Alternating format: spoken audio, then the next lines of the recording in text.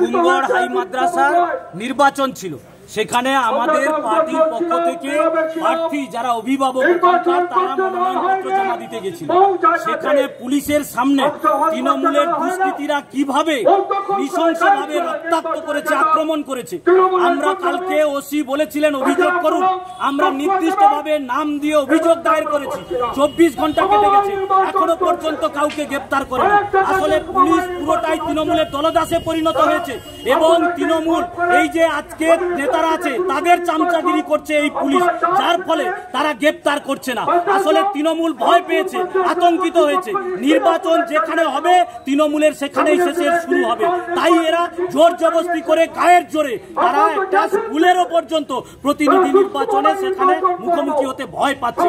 আমরা আজকে ওসিকে বলতে এসেছি, এসপি কে জানিয়েছি, বলেছেন যে নির্দিষ্ট অভিযোগ আপনার কাছেও পাঠান, যদি ব্যবস্থা গ্রহণ না করেন আগামী দিনে আজকে আমরা ট্রেলার দেখিয়েছি, পুরো ফিল্মটা হবে।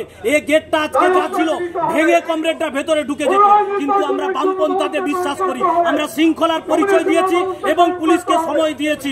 যদি 7 দিনের মধ্যে গ্রেপ্তার না করতে পারে তাহলে এসপি বলেছেন ব্যবস্থা নেবেন, এসডিপিও বলেছে ব্যবস্থা নেবেন, না হলে নন্দীগ্রামের এই সংগ্রামের মাটি বুঝিয়ে দেবে যে কিভাবে দুষ্কৃতীদেরকে শায়েস্তা করতে হয়।